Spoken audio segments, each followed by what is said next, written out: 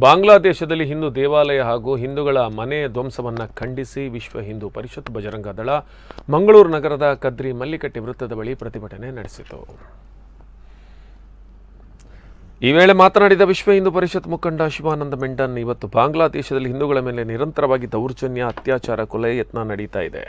ಇದನ್ನು ಖಂಡಿಸಿ ದೇಶಾದ್ಯಂತ ವಿಶ್ವ ಹಿಂದೂ ಪರಿಷತ್ ಪ್ರತಿಭಟನೆ ಕರೆ ನೀಡಿತ್ತು. ಹೀಗಾಗಿ ನಾವು ಇವತ್ತು ಮಂಗಳೂರಿನ ಮಲ್ಲಿಕಟ್ಟೆಯಲ್ಲಿ ಪ್ರತಿಭಟನೆ ನಡೆಸಿದ್ದೇವೆ.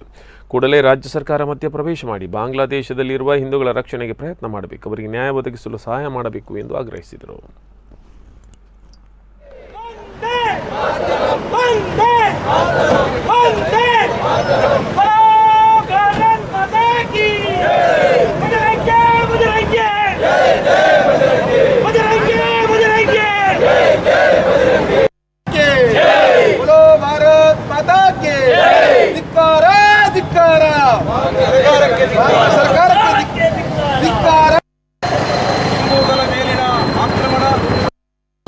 ಹಿಂದೂಗಳು ಸಿಖ್ಖರ ಮೇಲೆ ದೌರ್ಜನ್ಯ.